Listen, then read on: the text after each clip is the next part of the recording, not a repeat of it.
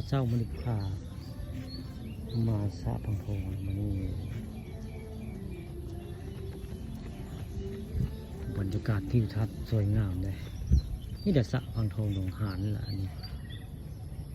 สะใหญ่เลยตอนนี้มันพายบึงสะน้อยเลยวันนี้เป็นสะใหญ่เลยวันนี้ไม่น้อยเลยสะตัวนี้สะพังโพวันนี้เป็นสะใหญ่เลย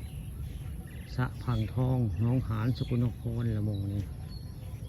น้ำหลายได้มามือนิพนทุกเนาะน้ำพ้นหลายเลย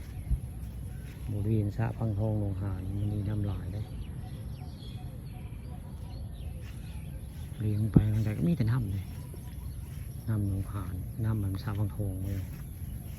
น้ำหลายเบิ่งเรื่องบริเวณนั้นสะพังทองเห็นผ้าคึมกับผู้ทุกวัดนั่นอยู่เลยบุตุกนะมือพูนซื้อของบุตุกทางนาเป็นของเก๋แล้วผมบินไปเลยทิวทัศน์สวยงามเลยคุณกำเนิดออกกำลังกายไว้ง่ายจะเจอบริเวณเนี่ยสะพังทองหนองหานเนี่ย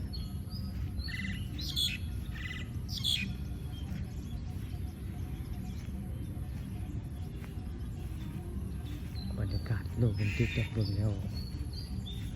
คักสะพังทองหนองหานละมงผู้จักผู้ข่าเอาไม้เบิ่งเนาะภาพเรื่องจริงผ่านจอ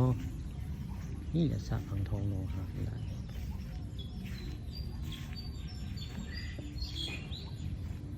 เป็นหินนี่ได้ข้าเจ้า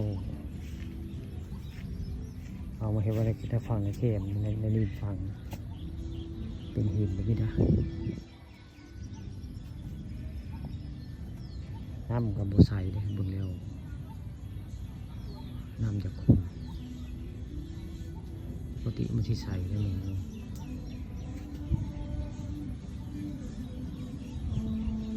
ว่างเลยสาบงทงอยู่บนห้องเลยบางปีก็เจ้าเขาสิมาเข็นเรือได้หมองนี้น้องพันสามเขา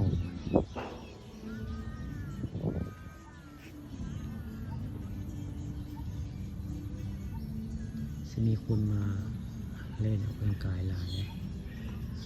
เป็นสถานที่ท่องเที่ยวคนจังหวัดสกลนครเนาะในหมู่นี้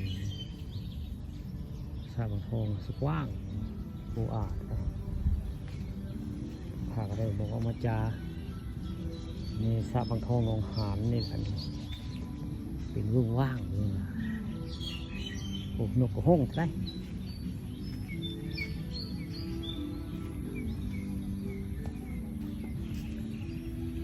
นกกระห้องปนกนะ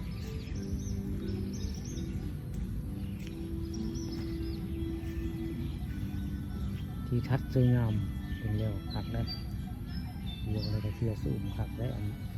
บริเวณสะพังทองหนองหานนะ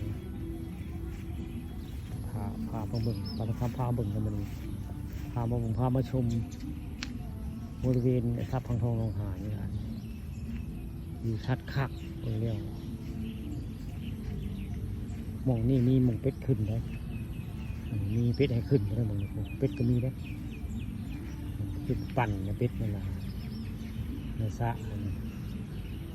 พังทองน้อยมองนี่เป็นสะพังทองน้อยสะพังทองน้อยพังทองใหญ่พี่ได้ตัวใหญ่พี่ได้สะพังทองใหญ่ตรงนี้